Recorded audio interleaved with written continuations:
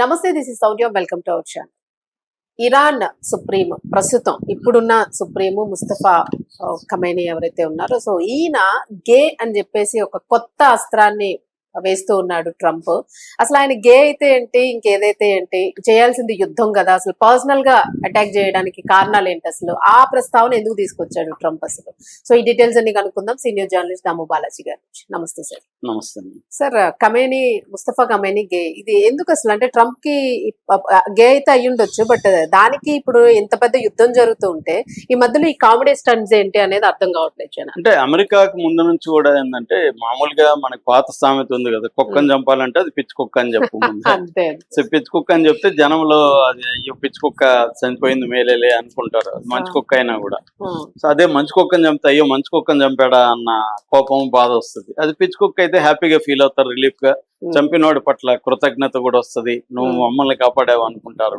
అలాగే America, CAA వీళ్ళంతా ముందు నుంచి కూడా ఏం చేస్తారంటే, తమ ఎవరైతే తమకి ఇబ్బందిగా ఉన్న దేశాలు, శత్రు దేశాల్లో ఉండే లీడర్స్ ని వ్యక్తిగతంగా వాళ్ళ మీద బురద జల్లడం అనే కార్యక్రమం వాళ్ళు నిరంతరం చేస్తుంటారు. దీనికోసం సిఐఏ కొన్ని $1 మిలియన్ ఖర్చు పెట్టి, ఇప్పుడు ఫర్ ఎగ్జాంపుల్ ఇక్కడ మోడీని దెబ్బతీయాలనుకో, ఇక్కడున్న మీడియాను కొనేస్తారు, ఇక్కడున్న జర్నలిస్టులను కొనేస్తారు. కొనేసి మోడీ మీద రకరకాల కథనాలు, యాంటీ కథనాలు, వాళ్ళ అమ్మ వాళ్ళ భార్యను వదిలేసా అంట, లేకపోతే పలానా అఫేర్ అంట, మోడీకి అక్కడ దొరికాడంట, ఎప్స్టీన్ ఫైల్ లో ఉన్నాయంట, ఇలాగా ఇది చేస్తారు. అంటే వ్యక్తిగత ప్రతిష్టను దెబ్బతీసి అతన్ని ఉండే ఒక మర్యాద ఇది ఉంటది కదా, అవన్నీ దెబ్బతీయడం అనేది జరుగుతుంది అన్నమాట. ఇది ఎప్పటి నుంచో దీనికి ఆపరేషన్ మాకింగ్ బర్డ్ అని కూడా 70s లోనే పేరు పెట్టారు. అట్లాగే వీళ్ళు కువైట్ లో ఇన్క్యుబేటర్ చిల్డ్రన్ అనే ఒక కాన్సెప్ట్ ఉంటది. అంటే ఇరాకీ సైనికులు వెళ్ళి కువైట్ లో హాస్పిటల్లో ఉండే ఇన్క్యుబేటర్ లో ఉండే చిల్డ్రన్ అంతా బయటేసేసారు, ఇట్లాంటి ప్రచారాలు అన్నమాట. అంటే దారుణమైన వాళ్ళు వీళ్ళు, మనుషులే కాదు, వీళ్ళు నరభక్షకులు, లేకపోతే దుర్మార్గులు, టెర్రరిస్టులు, వీళ్ళకి నీతి నియమాలు లేవు, ఇలాగా ఆ ప్రజల గురించి. ఇరాన్ గురించి కూడా అంతే. మనకి ఇప్పటి వరకు ఏంటంటే, ఇప్పుడు కనీసం యుద్ధం వల్ల జరిగిన మంచి ఏంటంటే, అసలు ఇరాన్ లో ప్రజలు ఎలా ఉన్నారు, వాళ్ళ జీవితాలు ఏంటి, అక్కడ డెవలప్మెంట్ ఏంటి, వీడియోలన్నీ బయటకు వచ్చాయి, ట్రావెల్ వీడియోస్ ఇవన్నీ బయటకు వచ్చాయి. మన అన్వేషణ కూడా చాలా చేశాడు, రవి ట్రావెలర్ చేశాడు, ఇవన్నీ కూడా బయటకు వచ్చాయి మనకి. లేకపోతే మనకి తెలిసేది కదా. మనం కూడా ఏమనుకున్నాం, ఇరాన్ లో అత్యంత ఘోరమంట, అక్కడ అందరూ ముసుగులు వేసుకుని తిరుగుతుంటారంట, స్త్రీలు అసలు బయటికి రాకూడదంట, ఇవన్నీ ఉండేది. ఇప్పుడు చూస్తే స్త్రీలు అసలు 90% ఎడ్యుకేషన్ ఉన్నారు, వాళ్ళన్నిట్లో అమెరికా కంటే కూడా ఎక్కువ విమెన్ ఎడ్యుకేషన్ లో ఉన్నారు, అన్నిట్లో ఉన్నారు. అక్కడేమి స్త్రీలందరూ ఇప్పుడు నా అన్వేషణ కూడా ఒక అమ్మాయి తిరిగింది, అమ్మాయి బాగానే యాక్టివ్ గా ఉంది, సో మోడర్న్ గానే ఉంది. చాలా మంది అమ్మాయిలు మోడర్న్, మిలిటరీలో స్త్రీలు ఉన్నారు. సో ఇవన్నీ మనకి ఇప్పుడు తెలిసాయి.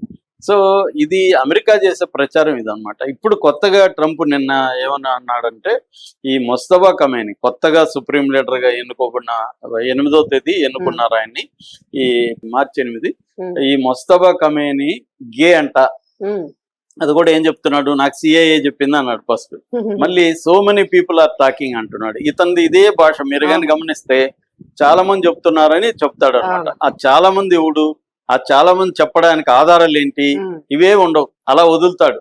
అతనికి తగిన మీడియా ఉంది, పాక్స్ మీడియా ముఖ్యంగా.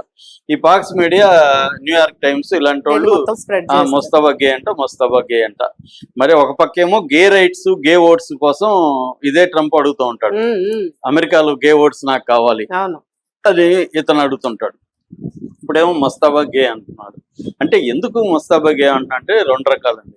ఇరాన్ లో ఈ సేమ్ బ్యాన్ అనేది అసలు చాలా సహించరు వాళ్ళు. దాన్ని మామూలుగా వాళ్ళు హోమోసెక్సువాలిటీ అనేది షరియాలా, పీనల్ కోడ్ 2013 అనే ఒక చట్టం ఉంది వాళ్ళు. మామూలుగా షరియాలా అంటే ఇస్లామిక్ లా అమలు చేస్తారు ఈ దేశాల్లో. ఇస్లామిక్ లాలో పీనల్ కోడ్ 2013 అనే ఒక చట్టం ఉంది. ఆ చట్టం హోమోసెక్సువాలిటీని బ్యాన్ చేసింది. ఈ హోమోసెక్సువాలిటీ అంటే మ్యాన్ టు మ్యాన్ సెక్సువాలిటీని వాళ్ళు లవాత్ అంటారు, పెనిట్రేటివ్ సెక్స్ లవాట్ అని. మామూలుగా ముద్దులు పెట్టుకోవడం, హగ్గులు చేసుకోవడం ఇలాంటి వాటిని టెఫ్కీజ్ అంటారు అనమాట. ఓకే. ఈ 2 రకాలు కూడా non penetrative sex, penetrative sex ని బ్యాన్ చేసింది. అలాగే స్త్రీలకు సంబంధించి లెస్బియన్ ని ముషాహిక్ అంటారు, దీన్ని కూడా బ్యాన్ చేసింది. దీనికి శిక్షలు కూడా ఏంటంటే ఒకటి దాని ఏమంటారు ఫ్లాగింగ్ అంటారు, వాళ్ళకి కొడతారు అనమాట, వాటిని విప్స్ తో కొడతారు. రెండోది జైలు పెడతారు. మూడోది డెత్ వరకు కూడా వెళ్తారు వాళ్ళకి. అంటే 3వ సారి 4వ సారి 5వ సారి కానీ చేస్తే డెత్ వరకు కూడా. అంటే ఈ దేశంలో బర్త్ జెనెటికల్ ఇష్యూ అది ఓకే, కానీ అదే ఇస్లామిక్ లాలో మనకి చాలా దేశాలు అదే కదా. ఇప్పుడు గల్ఫ్ దేశాల్లో కూడా చట్టాలు చూస్తే భయం వేస్తుంది మనకి. కంటికి కన్ను వాళ్ళది, పంటికి పన్ను కంటికి కన్ను. ఎవరినన్ను కొడితే వాళ్ళు మనల్ని కొట్టచ్చు, ఎవరినన్ను చంపితే వాడు మనల్ని చంపే హక్కు వాళ్ళకే ఉంటది, వాళ్ళే క్షమాభిక్ష పెట్టచ్చు మనకి. అలాంటి లాస్ ముస్లిం కంట్రీస్ లో ఇంకా కూడా ఉన్నాయి.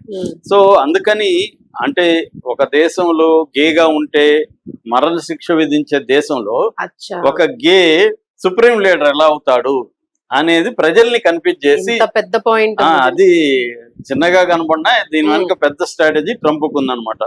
అంటే మీరు ఎలా గేని ఎన్నుకున్నారా సుప్రీం లీడర్ గా, మీ వాడు గే అంట కదా అని, గే అంట కదా అతనికి మరణ శిక్ష వేయాల్సినోడిని మీరు సుప్రీం లీడర్ గా పనికిరాడు కదా, సుప్రీం లీడర్ గా పనికిరాడు కాబట్టి అలాంటి వాడు గే అంట అని మన పుకార్లు క్రియేట్ చేయడం.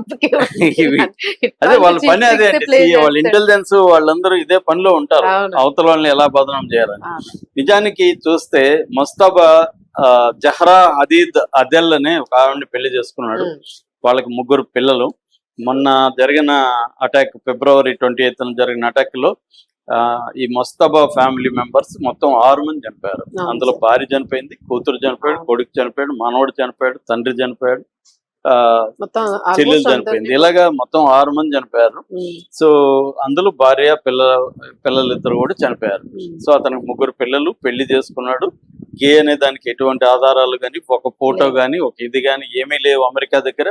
ఊరికే ఒక గాల్లో ఒకటి అలా వదలడం అనేది చేస్తుందన్నమాట. అలాగే ఇప్పుడు చెప్తున్నాడు అతను బ్యాడ్ స్టార్ట్ అయ్యాడు అని అందరూ కూడా నవ్వారు అక్కడ. ఆయన చెప్తున్నాడు, ఆయన నవ్వుతున్నాడు. మామూలుగానే ట్రంప్ కి అలవాటు ఉందండి ఎదుటి వాళ్ళని ఎగతాళిగా మాట్లాడడం, అంటే మా భాషలో కిండల్ చేయడం. వాళ్ళని మన మోడీని కూడా ఇట్టి వచ్చి అడుక్కున్నాడు, ప్లీజ్ సార్ అని అడుక్కున్నాడు అని మోడీని గురించి కూడా ఎగతాళిగా మాట్లాడు. ఇట్లా అతను ఏంటంటే అంటే హ్యూమిలేట్ చేయడం అనమాట. ఇప్పుడు అన్నిటికంటే కూడా పెద్ద శిక్ష మనకి హ్యూమిలేట్. మనం పోలీస్ స్టేషన్లకు వెళ్తే హ్యూమిలేషన్ ఎందుకు పెద్ద స్థాయిలో చేస్తారంటే వాళ్ళు ముందుగా హ్యూమిలేట్ చేసి వాళ్ళని హీనపరచాడా, నా అధికారం వాళ్ళ అధికారం. పోలీసులు ఇది బాగా చేస్తారు, అధికారాన్ని ఉపయోగించి హ్యూమిలేట్ చేయాలి. కావాలని వెయిట్ చేయించడం, కూర్చోమని చెప్పడం, నిలబడమని చెప్పడం, హ్యూమిలేట్ చేయడం, గద్దించి అడగడం, ఊరికైనా బెదిరించడం, అబద్ధాలు చెప్పడం, ఇవన్నీ చేయడం వల్ల మీరు హ్యూమిలేట్ అయిపోతారు. ఇది ఒక పెద్ద టెక్నిక్ అన్నమాట. ఈ టెక్నిక్ ని అమెరికా బ్రహ్మాండంగా ఫాలో అవుతుంది. అంటే శత్రువుల్ని హ్యూమిలేట్ చేయడం, వాళ్ళ మీద అబద్ధాలు ప్రచారం చేయడం. దీన్ని మ్యానుఫ్యాక్చరింగ్ కాన్సెంట్ అని నోమ్ చామ్స్కీ ఒక బుక్ కూడా రాశాడు. అంటే ప్రజల కాన్సెంట్, సమ్మతిని ఎలా తయారు చేయాలి అనే దాంట్లో అమెరికాని మించింది లేదండి. ప్రాపగండా వార్ అంటారు దీన్ని. ఈ ప్రాపగండా వార్ గతంలో రష్యా, సోవియట్ యూనియన్ ఉన్నప్పుడు కొంత గట్టిగానే ఎదుర్కొన్నారు. ఇవాళ యూనిఫైడ్ గా అమెరికాకి వ్యతిరేకంగా ఒక యూనిఫైడ్ దేశం అంటూ, ఒక కమాండ్ అంటూ లేదు ప్రపంచవ్యాప్తంగా. అందువల్ల అమెరికా ఇప్పటికి కూడా ఇచ్చేస్తుంది. కాకపోతే ఇరాన్ వార్లో ఏమైందంటే సోషల్ మీడియా పవర్ ఏంటో తెలిసింది.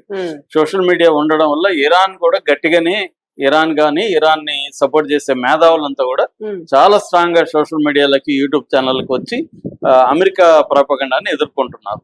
అయినా కూడా ట్రంప్ తన పద్ధతిలో ఈ సుప్రీం లీడర్ గా ఎన్నుకున్న ఫస్ట్ ఏమో చనిపోయాడు అన్నారు. చనిపోయిన వాడి గురించి గే అయితే ఏంటి, ఇంగ్లీష్ కానీ మళ్ళీ గే అంటున్నారు. అంటే ఇప్పుడు చనిపోలేదని ఒప్పుకున్నట్టే కదా. మరి గేని మీరు ఎలా ఎన్నుకున్నారన్న పాయింట్ లో ఎందుకు మాట్లాడుతున్నారు అంటే క్లియర్ గా ఇరాన్ సరెండర్ కావట్లేదు. ఇరాన్ 1 మంత్ అయినా కూడా సరెండర్ కావట్లేదు. కాబట్టి ఇరాన్ ప్రజలు వీళ్ళు అనుకున్నట్టు తిరుగుబాటు చేయట్లేదు. కాబట్టి ఇప్పుడు గే అని కానీ మనం ఇరాన్ ప్రజలు నమ్మిస్తే ఇరాన్ లో ఉండే ముస్లిం ఇస్లామిక్ పెద్దలే అరే గేని మీరు ఎలా అనుకుంటారు, గే అంటే కదా, దాన్ని గే కాదని నిరూపించండి అన్నది ఏమన్నా వస్తుందేమని ఒక ఆశ. ఇవన్నీ వారిలో ఇవన్నీ భాగం అనమాట. అది చేస్తున్నాడు ట్రంప్, అంతకంటే.